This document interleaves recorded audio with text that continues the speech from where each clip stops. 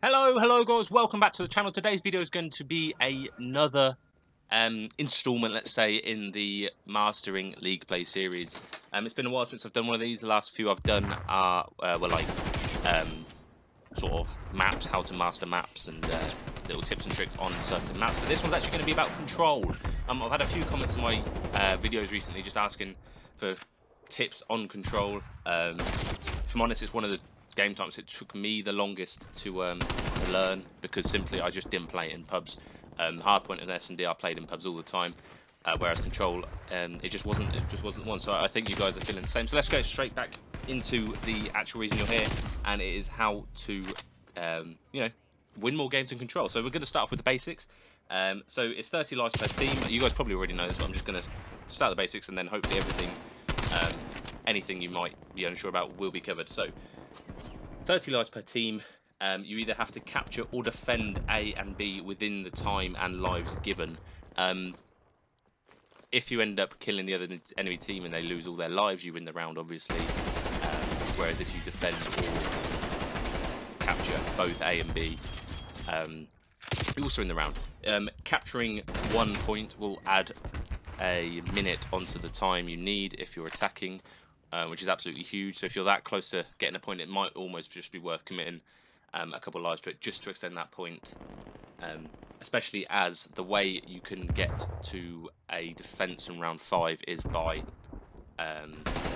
ticks rather than lives, which is what it used to be. It's first to 3, so there's going to be a maximum of 5 rounds, so you could either 3-0 someone or it could be a 3-2 game.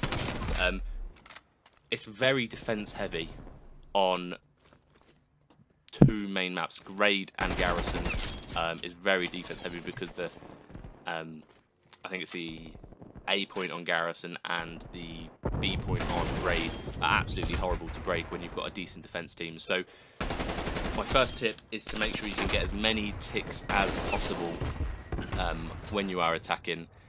Don't worry about lives necessarily. If you know the round is chalked anyway, if you're going to lose a round, try and commit yourself to getting as many ticks as you can, because that does mean if you end up, say it's 2-2 and your attacking rounds, you've got more ticks, which is essentially segments on each capture.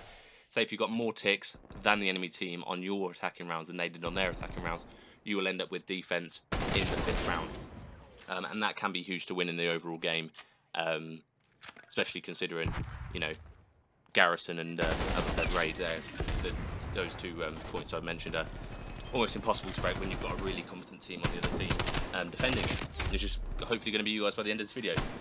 We're actually going to be covering other things such as when to stack, how communication, when to chalk or leave a point, and most importantly, spawns. I'm going to teach you how to read spawns. I've got a couple of clips in my back pocket. I'm going to show you just really how spawns work in Control, because it's different to most of the game types, and it can really be the difference between you winning or losing a game. So that's coming towards the end of the video, so make sure you stay tuned for that. Moving on to communication, this is going to be actually the most important thing within a Control game, is making sure you have good communication with the team. Calling out where you spawn is very essential, because it tells you, as again this will be moving into the later topic within the video. Knowing where you spawn can tell you easily where the enemy team are. And again, I'm going to be going further into that later in the video, but just communicating to your team where you spawn is going to be helpful. Being able to communicate when you think you should be able to stack. So, for example, when you've got a few people down and you want to jump on the point, communicate that to your team. And to me, it is the most team-orientated game type in League Play. I think if you've got an awful team, you're really going to struggle with Control. Whereas Hardpoint, you can sort of wangle your way around and try and carry it a bit. You can carry as much as you want to Control, but if your team aren't playing the game, if your team aren't playing the objective whatsoever, or helping you control spawns, it's GG. It's GG unless they've got a team just as bad. Moving on to when to stack a point. So when I say this, I mean having as many bodies on the point when you're attacking as possible. This tends to be when you've got all your team in or around the point, and you manage to get 3 or 4 of the enemy team down. At that point, you know they're going to be spawning slightly further away because you're on the point, and it's going to take them a while to get that. And if all 4 of your team are on the hill, it takes 15 seconds to capture it, which is absolutely nuts. It's super quick, and as long as you guys are communicating where you're watching when you're on that hill, as long as all areas are covered. Say for example you're on you're capturing B on raid, you communicate, right, I've got money, I've got pool steps, I've got basketball, I've got cutout, and as long as you guys are winning your ones there, you're going to either capture the point or you're going to be very close to capturing the point, and that next push you get will essentially might be the one that you end up winning and capturing the point. And this is vital. Winning your attacks, as I said, Ford is very defense heavy on most of the maps. Winning your attacks could be the absolute game changer for you. So make sure you guys are stacking when you need to be. On the flip side, knowing when to leave or to chalk a point is essentially very important to know, because say for example you're on Garrison and they are capturing point B, which is a point outside lights, and P1 on hard point. And they've got 1.5 ticks, and you've wasted all your lives. You've wasted so many lives. At that point, stop pushing. Give them that B. Give them that B objective. Worst case scenario, you've got A. This is the easiest hill. This is the easiest point to hold in the whole of league play. If you've got bodies, and again you're communicating, chalk A. Get set up for B. If you lose too many lives at A, sorry, the other way around. If you lose too many lives at B, you end up going to be in a huge deficit of lives. You might not win the defensive round, and on a map like Garrison, it's not great to not win your defensive round. So, yeah, there's no shame in just leaving B, because what it'll let you do, it lets you get set up. You can be in the ideal position you want to be for the next hill. So yeah, essentially, chalk a point or leave a point when you've lost too many lives to it. They've clearly got a good setup, or it's nearly done, and you've got and the other point is worth saving. I disagree with this if, for example, they've got 1 tick on A and no one's touched B yet. Don't chalk A. This is on Garrison, for example, because A is a very easy point to defend over B. This goes for point B on raid as well. Chalk A over B. Do not chalk B. You lose that B on raid or your A on Garrison, you might lose the defense, which is not the one you want. So you always want to have someone in those hard to, the easy to defend capture points when you're defending, simply due to the fact that if you lose the other point, it's not the end of the world. You can always just stack this point and go from there. Moving on with 2 streaks. This is going to be a quick topic. Simply is use them wisely. If you get streaks, and unless you're against an absolutely botty team, and you don't think that, you think you're going to be getting streaks and streaks and streaks every round, obviously you can use that when you want. But if you're like me, when you're in these really super competitive lobbies, you're playing against masters and elites, and if you get streaks, you're only going to get them once that game. Save them until you need them. Save them for the round 5. Save them, say for example you're 3-0 up and you're 2-0 up and you're so close to winning that 3-0. Use them then. Don't use them when you're 1-0 up or 1-0 down or something like that. It's not worth it. Also, use it on the... Save them for when you are defending the points which have no roof. So for example, if you know, this again on Garrison, I'm using Garrison as an example here just because it's an easy one. If you know that they are capturing B on Garrison, which is the one on P1, save your streaks to A. A's open. You can absolutely rain hell with your streaks on A because you're on that satellite, there's no roof, the whole point is exposed. So save your streaks when you need to defend that capture point over the one that it's harder to get kills on. Yeah, so that's going to be most of it. So I've covered so far the basics, when to stack, when to chalk or leave a point, and how to communicate, and the streaks. One more point before I move on to spawns, which is going to be the longest bit of the video, I think, because it's quite complex, is if you are on the hill, the timer will not go down if you're attacking. So essentially, if you manage to get to a hill and you're not really contested it, however you've not really got any backup, instead of just committing, you could either just jump on the hill, but chances are you're going to be chowed by 1 or 2 people on the enemy team, and it's not a favourable gunfight.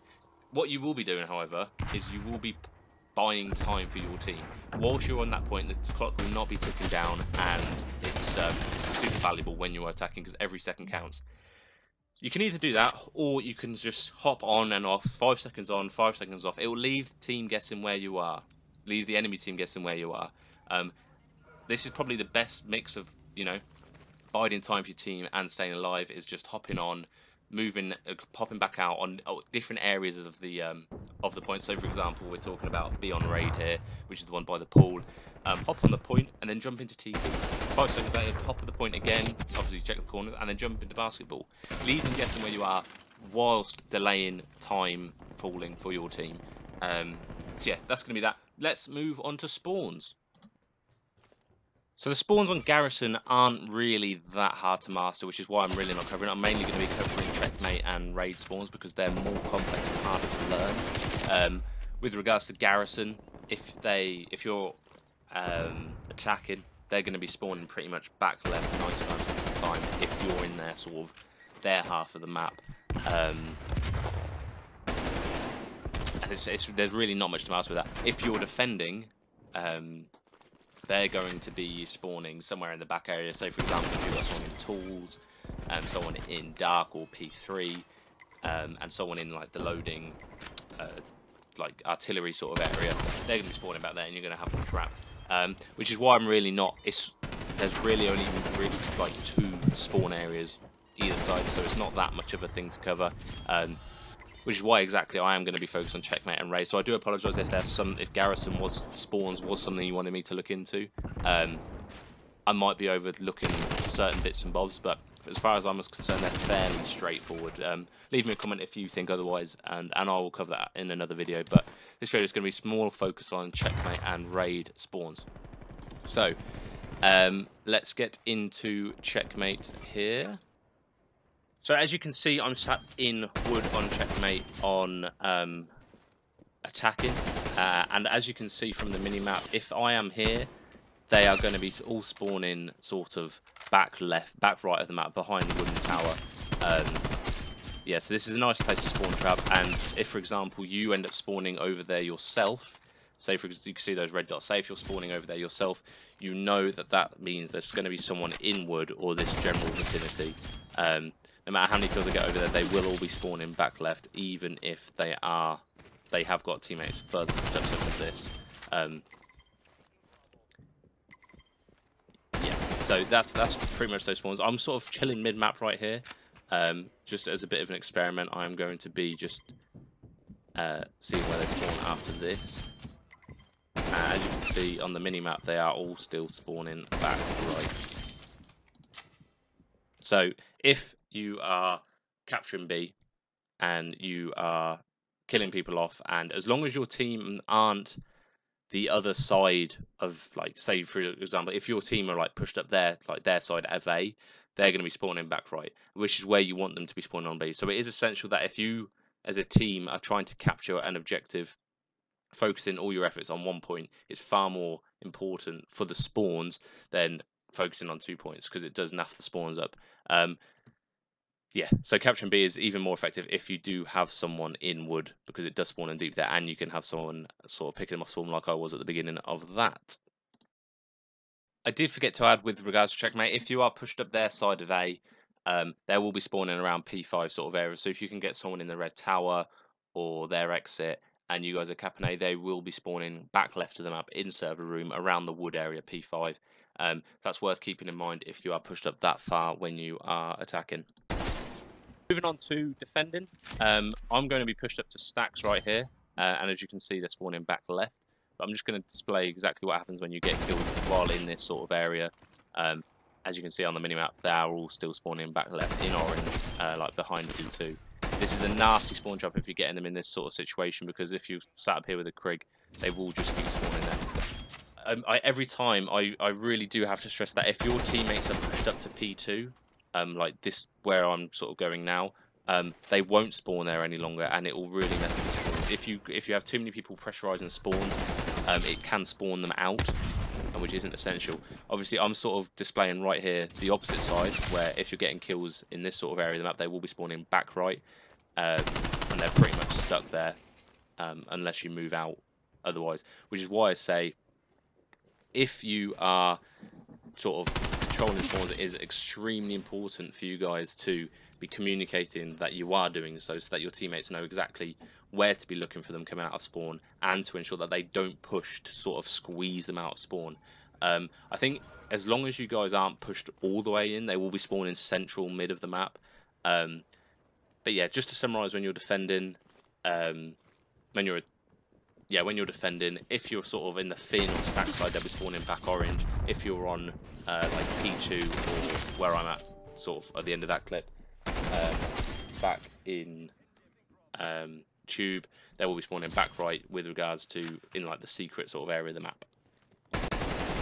On to raid now. When we are attacking, obviously you can see I'm going to be displaying here what happens if you are in money or around B when you're getting kills. Now this only works as long as one of your teammates aren't in laundry, because obviously that will block spawn. But as you can see, if you're around B, you're in money. This works if you're in basketball as well. They will be spawning back laundry, which is vital if you want to catch these ones and spawn them far out. It takes a good 5 to 10 seconds to get to the point, and it gives you an opportunity to stack. If you're in front kitchen, which is where I am now, they'll be spawning back kitchen. So if you do want to in from the spawns back laundry and you're getting kills in kitchen, you do want to push through to money. It will block the spawns in basketball and back of the map. I'm just going to showcase right here exactly what happens. So I'm again wiping the team off B, and they're spawning all back laundry. Now if I push out towards the back side of kitchen and I'm getting kills as so, I'm blocking laundry spawns and back spawns, which means they spawn on basketball. Now, this is very important to know because it means that if you're getting kills here and your teammate aren't blocking the spawns in basketball, they will be spawning basketball, which means they're back on the defense. Really easy for them to defend straight back on B. So it is essential that if you are pushing out back kitchen, you have got someone following through that side of their side of pool to ensure that they can't spawn basketball. I think if they don't have that basketball option, they do end up spawning laundry behind you to the left. To the side of the map, just so I get beamed here by a bot, one burst. Say, for example, you want to capture A, you've got B first, and you want to move on to capturing A. This is exactly how the spawns will work. Again, I've got to stress, this depends on where your team are, but as a general guide, if you are sticking together, this is what spawns will look like. As so, let me just wipe off these bots here. There we are. Now, as you can tell by the minimap, they're all spawning back laundry, money, basketball, cut out, that sort of area, which enables your team to jump on the point and it spawns them out. The general rule of thumb here is essentially that if you're on one point and you're getting kills, they will spawn the other side of the map, as long as your team aren't blocking. So it is very important, again, I've stressed this so many times this video, that if you are trying to spawn them away from the objective, that you don't have someone on your team that side as well, pushing them towards you more than where you want them to be.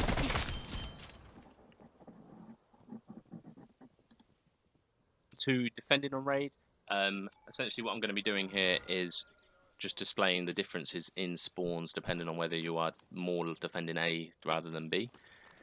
So I'm going to wipe out a couple of guys at B here and then transfer straight over to A. As you can see, as I'm already here, they've already spawned back B. So if you haven't got someone blocking B spawns there, they're going to be spawning back there straight away.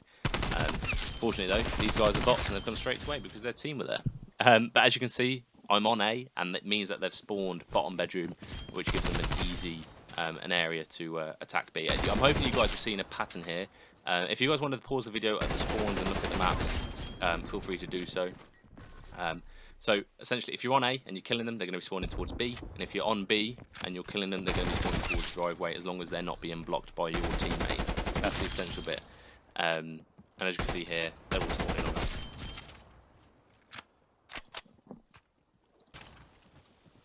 Moving on to a bit more of a detailed area when you are defending. If you can work your way up to the yellow Lambo, which is towards bottom red, in the driveway, they will be spawning behind the AC in the garage, as you can see right there. Unfortunately, I do get counter UAV'd by bots, so I can't really display any more in this clip. But if you're here, they'll be spawning that sort of area where where I was sort of looking behind the cars. The other side of the garage, in that little corner where the AC is. Finally, we're moving on to spawns as if you are in bedroom. This is probably the more important place to be able to ensure you have someone when you are defending B. B is the money hill here, the money point. You do not want to lose B before A, simply due to the power position of this bedroom. You'll see right here, if I'm sat where I am, they all will be spawning sort of the gym side of garage, which means they've either got to take this super long route around mid-map, round ring, or that way, or they have to come and face me bottom bedroom, and I'm going to be pre-aimed there. Hopefully my team have got my back, this sort of B area, but if I'm just pre-aimed their sort of side of the garage, and I am, you know, sat up with a Krig, they're going to be spawning back gym, so I'm doing my team a favour that way, and they won't be able to get to bedroom because I am simply just pre-aiming wherever they're going to be coming. Yeah, so as you can see, I'm getting the kills here. If I'm pull steps, however, and I'm getting kills right there, you can see they actually spawn mid-garage, which isn't as good for the team. Whereas if I was that little bit more over towards my left, in bedroom, they'll be spawning all the way back at the gym, and it means they'll take the long routes. Bear in mind, as I said again, if you end up spawning gym side of garage, it does mean an enemy team... this is when you are attacking, obviously. It does mean an enemy team is in bedroom, so be very wary of that. So yes, you can sort of use these spawn points. I think this is going to be my last one, to be honest. You can use these spawn points both ways. If you end up being in a position, in a spawn position where you see a red dot in any of these clips, it means that an enemy team is where I am in these clips, essentially. So if you spawn laundry when you're trying to defend B, it means there's going to be an enemy in money or kitchen, that sort of area. Similarly here, if you're spawning gym, it means someone's in the bedroom.